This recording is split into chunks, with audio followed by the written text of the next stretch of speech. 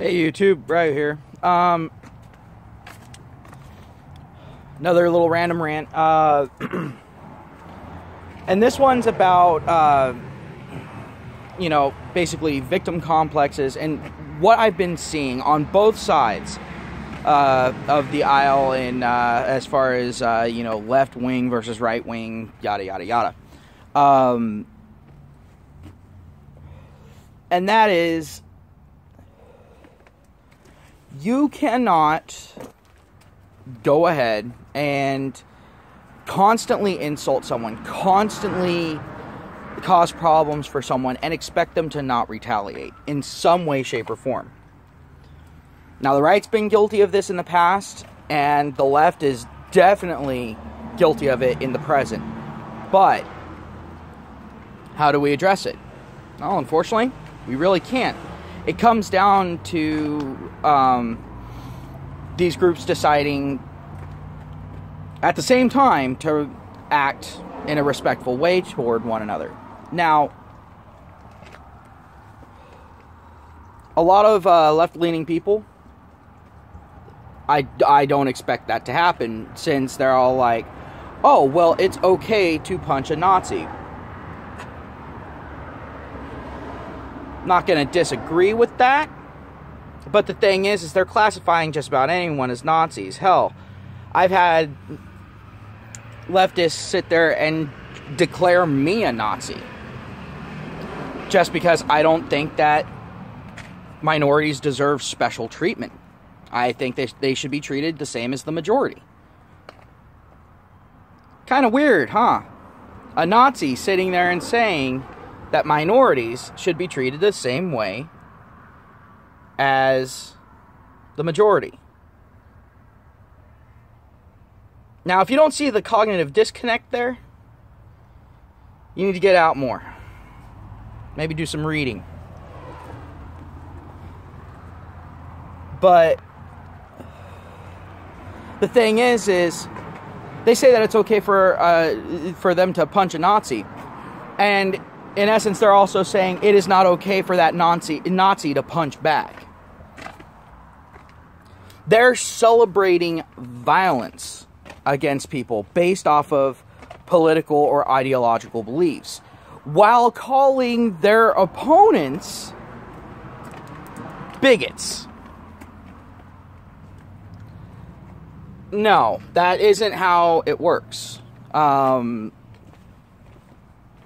At that point, you are the definition of a bigot as far as the political sphere is concerned. So, and a lot of people are starting to catch on to this. They're starting to see this pattern. They're starting to see, hey, wait a minute, this person went out of their way to provoke a fight.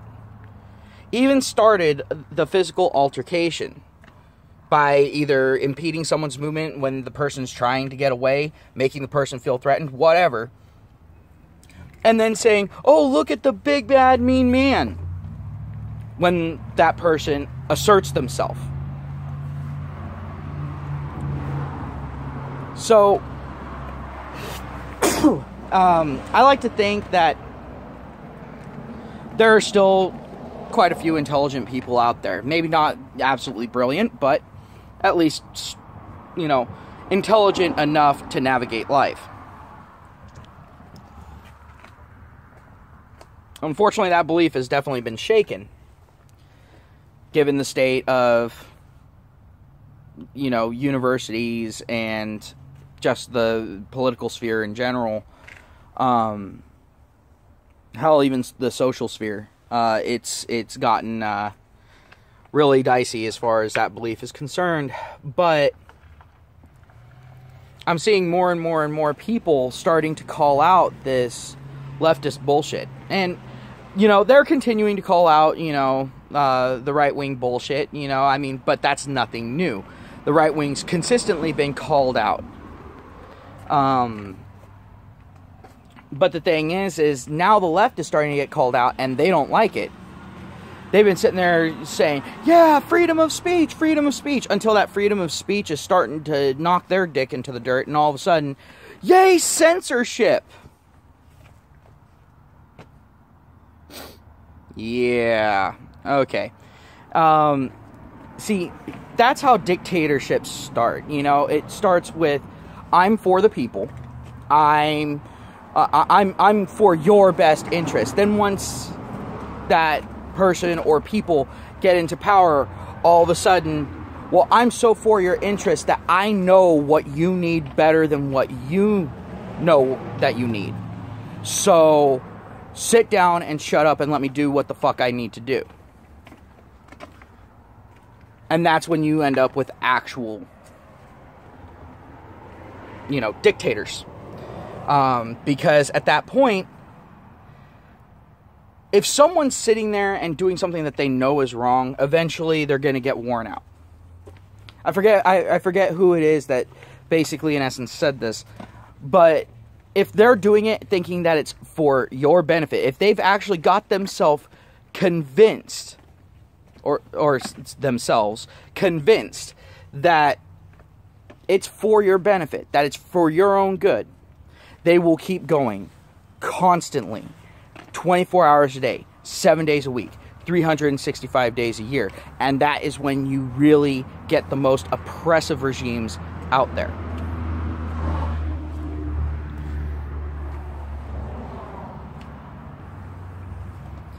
Now,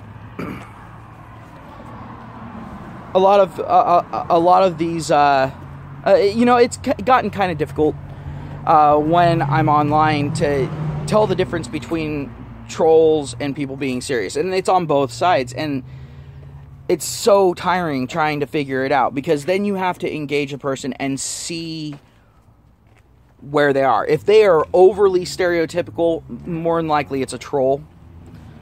But if they've got a range in there, then you are more than likely talking to a person that legitimately believes in what they're saying.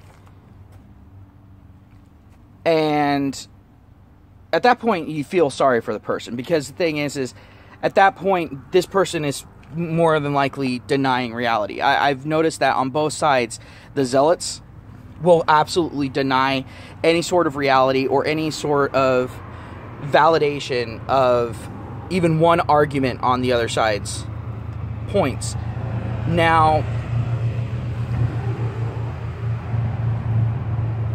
when you come across these people at that point, just go ahead, give them the facts, and walk away. No matter what they say, they're going to sit there, they're going to throw insults at you. If it's someone from the right, you know, they're going to call you a libtard, they're going to, you know, call you whatever fucking name. But the thing is with the left, here's the difference. Now, with the right, you can ignore it. You know, it's personal insults, whatever, you get past it. But with the left, you actually have some reason to be concerned, because the left has shown that they are more than happy to dox you, to put out your personal information so that other people who are just as much of zealots as them that live in your area can hunt you down.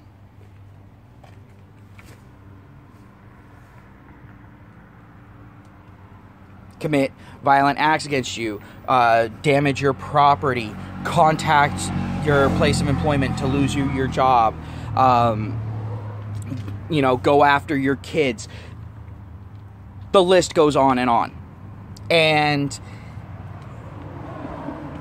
the thing is when people do shit like that, they'll sit there and say, well, I was just putting out the information because everyone should know, what they're living next to.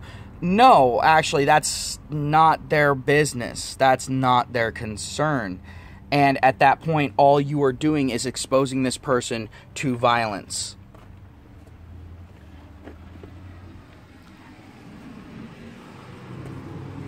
You are trying to destroy this person because you can't destroy their argument.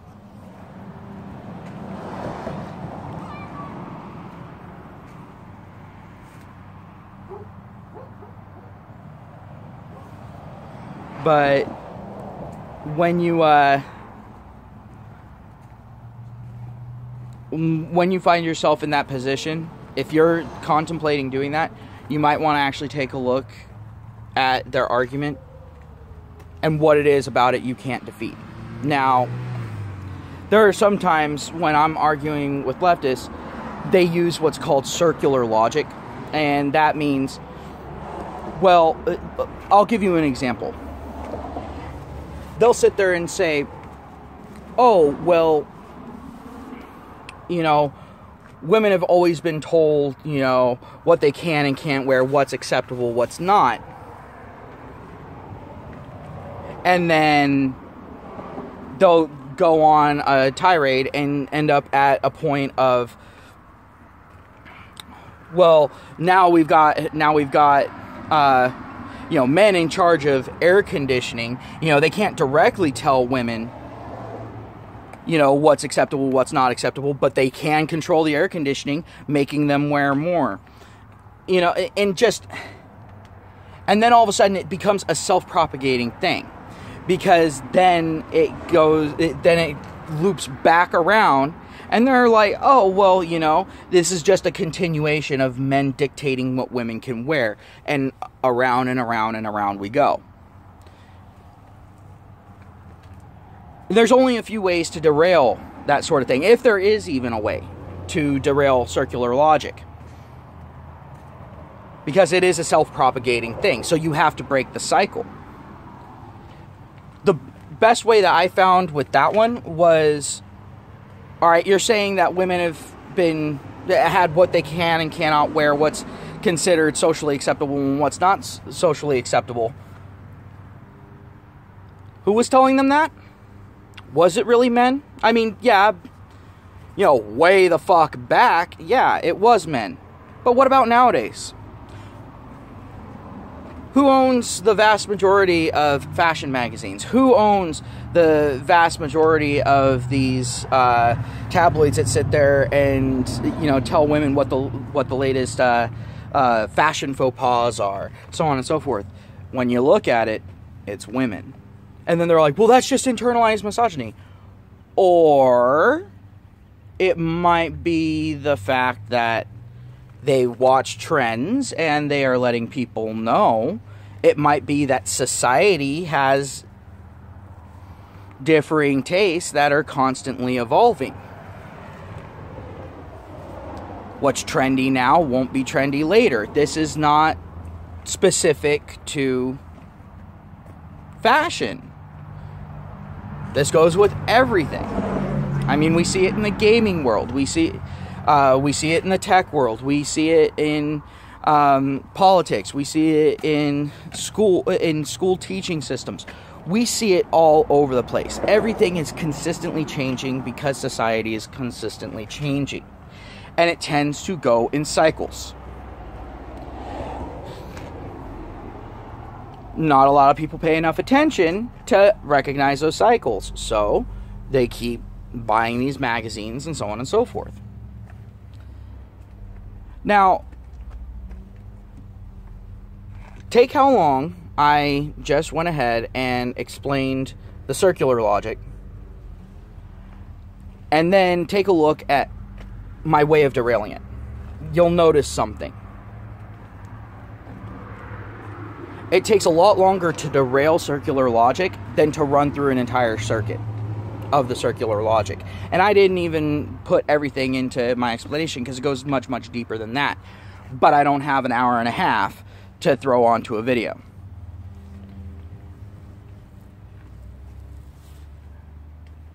If you are using self-propagating logic, I mean in the fact that your logic is true because your logic, then your logic is more than likely flawed in some way. It can only exist in that closed sphere. It cannot exist outside of the closed system. In an open system, it will evaporate. Now, if you can sit there and throw out your logic and it be right the vast majority of the times, because nothing's ever 100%. Let's be completely honest. Other than, you know, basic biological need. You know, like, people need to breathe to live. Who knew?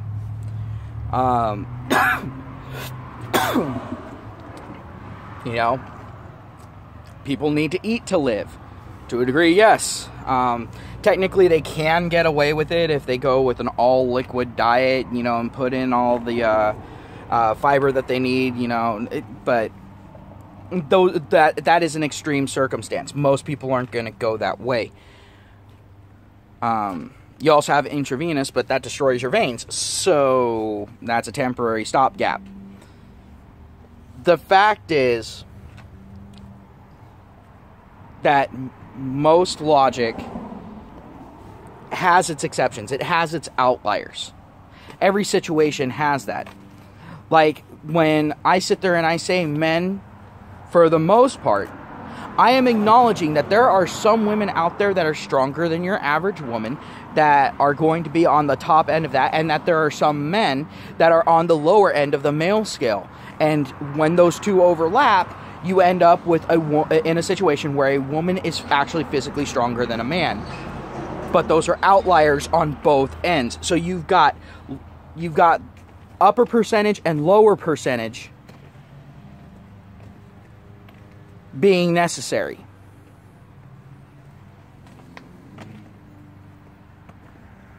And the thing is I have proof of this.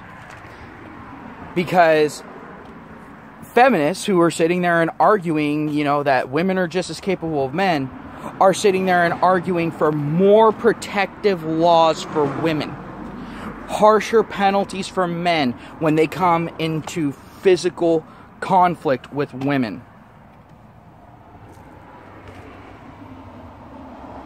These feminists, even though they're denying it verbally, they subconsciously know. Now, you've also got some logic that's flawed, but it's a pretty good, it's a pretty unnoticeable flaw. You know, like maybe someone misquotes a statistic, or uses a statistic that is inherently flawed. When they throw out that statistic, like, I don't know, the 1 in 5 rape statistic on college campuses. When you actually look at the study that all those claims are based off of, even the people who conducted the study said that it should not be used as fact. It should not be used as conclusive evidence, because of the fact that there were a lot of free variables in there and it could not stand up. So all of a sudden you've got a really big problem, because now you've got a system set up, thanks Obama, because it was the Obama administration that put this in, that makes it so all a woman has to do at a university is accuse a man, and if he cannot completely disprove the claim, and the woman's allowed to change her claim. The woman's allowed to make these claims without her name being known. That's right. A woman can sit there, make a false claim, say, well, I don't want my name to be known because I don't want the social blowback. Well, of course you don't want the social blowback from lying. I mean, look at what happened with Jackie in the Rolling Stone. As soon as her name was actually leaked, all of a sudden she disappeared. She fucking ran. Because she knew the blowback she was gonna fucking get. Her friends even sat there and said, look, she learned her lesson, but yeah, no, what she did was fucking wrong. They called her out on her lie. Now, it comes down to the punch a Nazi thing at this point. You've got these different parties that want to be able to hurl insults, make felonious claims, be able to physically assault people in some cases, and have no repercussion. That is not how a free society works. Because the fact of the matter is if you're allowed to do that, then so is the other person. That means that nothing you do will have no recourse. But that's not what we find ourselves in. So I'm honestly questioning right now, with the current state of things, are we really a free society? And if we are a free society, to what extent are we free?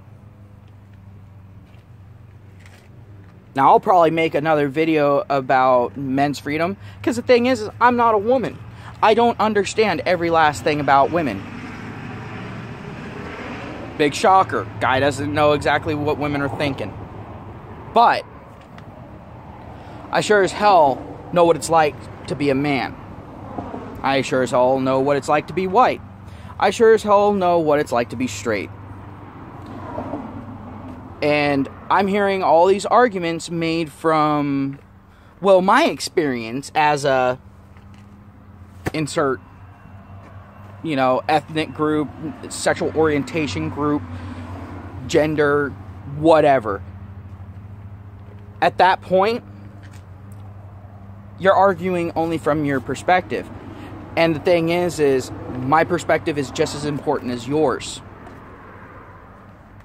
But the thing is I don't have to lie about what I am. Unlike Jackie, who had to lie about being a rape victim.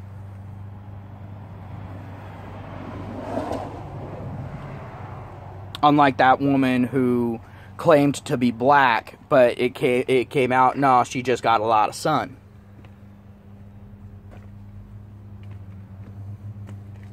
The only black she had in her was on Saturday night.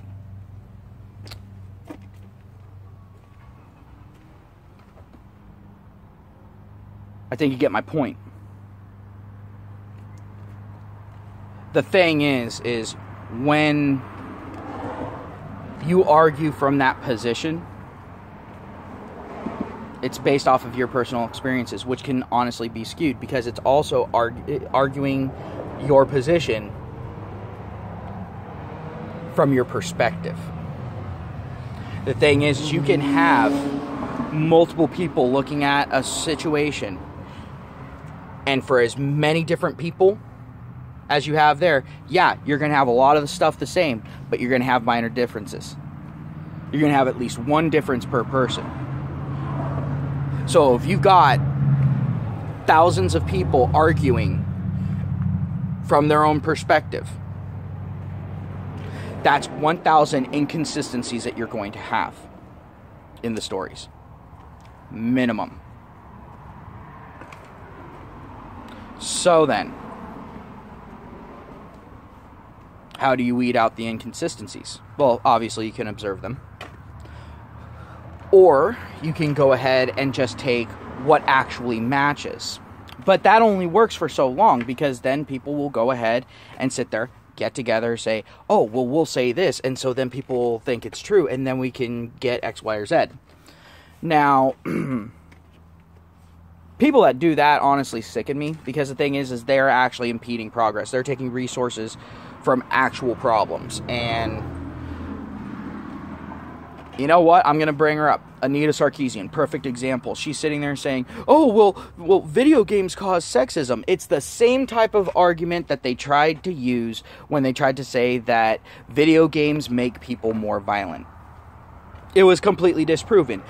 Her argument, completely disproven, using the exact same methodology.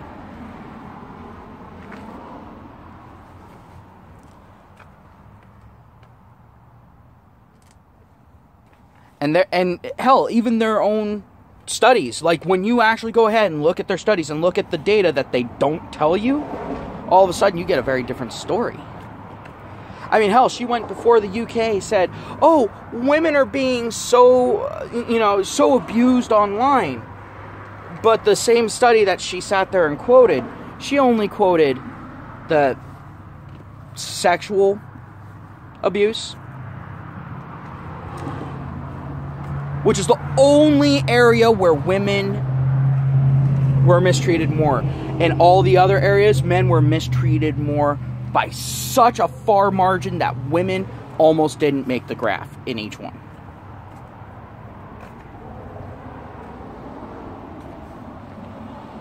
And then they went ahead and they took a look at the whole misogynistic trend going on online, the misogynistic comments.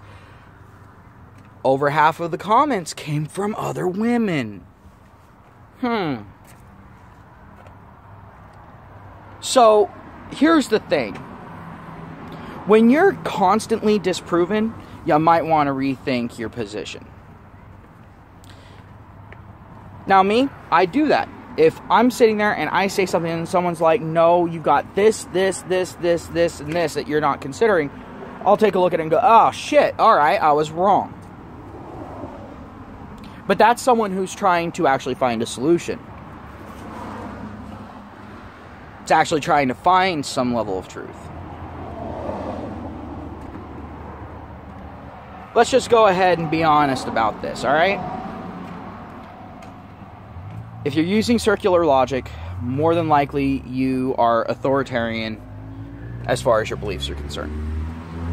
I'm saying more than likely, I'm not saying always, but more than likely. I've had very few people that have used circular logic, and when I ask them, well, what's the solution then? You know, just rhetorically. They'll always jump straight to, well, we shouldn't allow people to do this.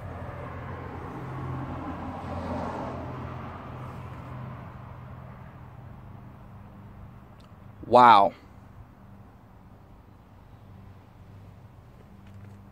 And then they sit there and have the audacity to say, well, I just want equality for everyone.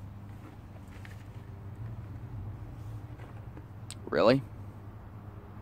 You're wanting the group that you're representing to be able to do something or not have to do something that everyone else is either not allowed to do or has to do, respectively. And you're calling that equality. No, that is preferential treatment. Pure and simple. Just like these women's groups that are wanting to pass a quote-unquote bachelor tax. So that means if you don't go out, be a good little simp, and get married, you get charged an extra tax just because you don't have a ring on your finger. Very simple solution. Go ahead, go out, find another guy. Go somewhere where it's legal. Get married to the other guy. Boom, you're done. Both of you sign a prenup that says, look, here's our shit. We're not even going to be living together. Our shit's going to stay separated. If it comes down to us getting separated, no. And here's another question. Well, actually, you know what? I'll save it for another video because this one's going to be one to definitely delve into. I just actually came up with a question that might be a little bit on the scary side to you guys. So, I'll go ahead. I'll talk to you later. Take care. Be safe. If you have any comments, go ahead. Leave them down in the comment section. I'll try to get back to them. But, yeah, I would like to know other people's take on this. Well, talk to you later.